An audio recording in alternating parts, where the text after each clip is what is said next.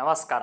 ಎಲ್ಲ ವಿಜಯ ಕರ್ನಾಟಕ ವೀಕ್ಷಕರಿಗೆ ದ್ವಾದಶ ರಾಶಿಗಳ ಜುಲೈ ತಿಂಗಳಿನ ಶುಭಾಶುಭ ಫಲಗಳನ್ನು ತಿಳಿಸ್ಕೊಡ್ತಾ ನೋಡಿ, ಈ ತಿಂಗಳು ವೃಷಭ ರಾಶಿಗೆ ನಾವೀಗ ಕಾಲಿಟ್ಟಿದ್ದೇವೆ. ವೃಷಭ ರಾಶಿಯಲ್ಲಿ ಗುರುವಿನ ಸಂಚಾರ ಇರುವಂಥದ್ದು, ಅದರ ಜೊತೆಗೆ 12ನೇ ತಾರೀಕಿನ ನಂತರದಲ್ಲಿ ಕುಜನ ಸಂಚಾರ ಕೂಡ ವೃಷಭ ರಾಶಿಗೆ ಆಗುವಂಥದ್ದು.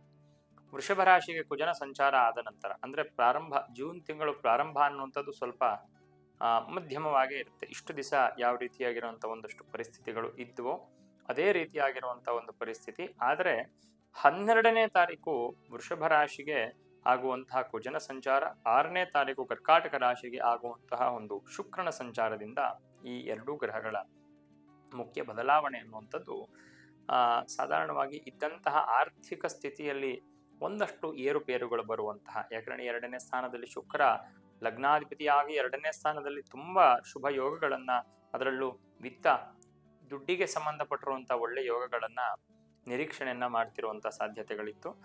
ಈಗ ಆ ಒಂದು ಸಮಸ್ಯೆಗಳು ಅನ್ನುವಂಥ ಸ್ವಲ್ಪ ಆರ್ಥಿಕವಾಗಿ ಇದ್ದಂತ ಮನಿ ಫ್ಲೋ ಅನ್ನುವಂಥದ್ದು ಕಡಿಮೆ ಆಗುವಂತಹ ಸಾಧ್ಯತೆಗಳು ಎಲ್ಲೋ ಈ ವೃಷಭ ರಾಶಿಯವರಿಗೆ ಕಾಣಸಿಗತ್ತೆ. ಅದರ ಜೊತೆಗೆ ಕುಜ ಮತ್ತೆ ಗುರು ಎರಡೂ ಗ್ರಹಗಳ ಒಂದು ಯೋಗ ಅನ್ನುವಂಥದ್ದು ಯಾವಾಗ ರಾಶಿಯಲ್ಲಿ ಸಂಚಾರ ಆಗತ್ತೆ, ಆಗ ಸಣ್ಣ ಪುಟ್ಟ ಅನಾರೋಗ್ಯಗಳು ಅನ್ನುವಂಥದ್ದು, ಗುರುವಿನಿಂದಲೂ ಕೂಡ ಜನ್ಮದಲ್ಲಿ ಗುರು ಇದ್ದಾಗ ಒಂದಷ್ಟು ಸಮಸ್ಯೆಗಳು ಅಂತ ಹೇಳೋ ರೀತಿಯಲ್ಲಿ, ಕುಜನು ಕೂಡ ಬಂದು ಸೇರ್ಕೊಂಡಾಗ ಭೂಮಿ ಸತ್ವಂಚ ಭೌಮಃ ಅಂತ ಹೇಳೋ ರೀತಿಯಲ್ಲಿ, ಸತ್ವ ಅಂದ್ರೆ ದೇಹದಲ್ಲಿ ಎಸೆನ್ಸ್ ಅಂತ ನಾವೇನ್ ಕರಿತೀವಿ, ಆ ರೀತಿಯಲ್ಲಿ ರಕ್ತಕ್ಕೆ ಸಂಬಂಧಪಟ್ಟಿರುವಂತಹ ಸಣ್ಣ ಪುಟ್ಟ ಅನಾರೋಗ್ಯಗಳು ಉಂಟಾಗುವಂತಹ ಸಾಧ್ಯತೆ ವೃಷಭ ರಾಶಿಯವರಿಗೆ ಕಾಣಸಿಗತ್ತೆ. ಇನ್ನು ಪಂಚಮದಲ್ಲಿ ಕೇತುವಿನ ಸಂಚಾರ, 4ರಲ್ಲಿ ಬುಧನ ಸಂಚಾರ ಇರೋದ್ರಿಂದ, ಮತ್ತೆ 3ನೇ ಸ್ಥಾನದಲ್ಲಿ ರವಿಯ ಸಂಚಾರ ಇರೋದ್ರಿಂದ ಒಂದಷ್ಟು ಕೆಲಸ ಕಾರ್ಯದಲ್ಲಿ ಇದ್ದಂತಹ ವಿಘ್ನಗಳೆಲ್ಲ ಖಂಡಿತ ದೂರವಾಗ್ಲಿಕ್ಕಿದೆ. 4ನೇ ಸ್ಥಾನದಲ್ಲಿ ಬುಧನ ಸಂಚಾರ ಇರೋದ್ರಿಂದ ಒಳ್ಳೆ ರೀತಿಯಾಗಿರುವಂತಹ ಒಂದು ಕುಟುಂಬದಲ್ಲಿ, ಮನೆಯಲ್ಲಿ ಸುಖ ಶಾಂತಿ ಅನ್ನುವಂಥದ್ದು ಖಂಡಿತ ಕಾಣುತ್ತೆ. ವೈಯಕ್ತಿಕ ಆರೋಗ್ಯದ ವಿಚಾರದಲ್ಲಿ ಸ್ವಲ್ಪ ಎಚ್ಚರಿಕೆಯನ್ನ ವಹಿಸ್ಬೇಕಾಗತ್ತೆ.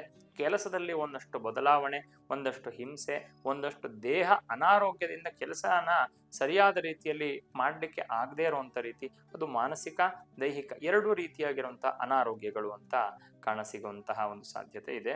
ಹಾಗಾಗಿ ವೃಷಭ ರಾಶಿಯವರಿಗೆ ಸ್ವಲ್ಪ ಒಂದು 60 ಭಾಗ 70 ಭಾಗದಷ್ಟು ಅಶುಭ ಫಲಗಳೇ ಹೆಚ್ಚಾಗಿ ಕಾಣಿಸ್ತಿರೋದ್ರಿಂದ ಮನೆಯಲ್ಲಿ ಸುಖ ಶಾಂತಿ ನೆಮ್ಮದಿಯ ಜೊತೆಗೆ ಕೆಲಸ ಮತ್ತೆ ಆರೋಗ್ಯದಲ್ಲೂ ಕೂಡ ವ್ಯತ್ಯಾಸಗಳು ಅನ್ನುವಂಥದ್ದು ಇರೋದ್ರಿಂದ ಅವರು ಏನನ್ನ ಮಾಡಬಹುದು ಅಂತಂದ್ರೆ, ಸುಬ್ರಹ್ಮಣ್ಯ ಸ್ವಾಮಿಗೆ ಒಂದು ಪೂಜಾದಿಗಳನ್ನ ಮಾಡಿಸುವಂಥದ್ದು, ಅಥವಾ ನರಸಿಂಹ ಸ್ವಾಮಿಯ ದೇವಸ್ಥಾನದಲ್ಲಿ ತೊಗರಿ ಬೇಳೆಯನ್ನ ದಾನವನ್ನ ಕೊಡುವಂಥದ್ದು ಅವರಿಗೆ ತುಂಬಾ ಉತ್ತಮ ಫಲವನ್ನ ತಂದುಕೊಡಲಿದೆ. ಆರ್ಥಿಕ ಖರ್ಚುಗಳು ಅನ್ನುವಂಥದ್ದು ಎಲ್ಲೋ ಹೆಚ್ಚಾಗುವಂತಹ ಸಾಧ್ಯತೆ.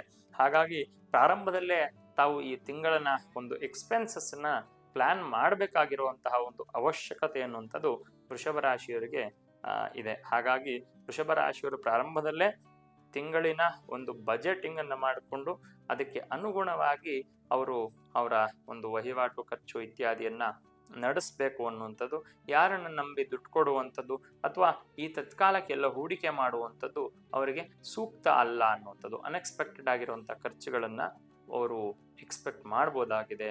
ಗೊತ್ತಿಲ್ಲದೆ ಇರೋ ಕಡೆ ಮೂಲದಿಂದ ಖರ್ಚು ಬರುವಂತಹ ಒಂದು ಸಾಧ್ಯತೆ ಅನ್ನುವಂಥದ್ದು ವೃಷಭ ರಾಶಿಯವರಿಗೆ ಕಾಣಸಿಗತ್ತೆ.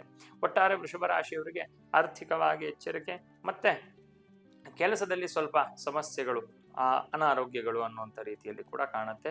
ಇದಕ್ಕೆ ಸಂಬಂಧ ಈ ಪೂಜಾದಿಗಳನ್ನ ಮತ್ತೆ ಕೆಲವೊಂದಷ್ಟು ಪರಿಹಾರಗಳನ್ನ, ಕುಲದೇವರ ದರ್ಶನವನ್ನ ಮಾಡೋದ್ರಿಂದ ಒಂದಷ್ಟು ಸಮಸ್ಯೆಗಳಿಂದ ದೂರವಾಗುವಂತಹ ಸಾಧ್ಯತೆ ಇದೆ.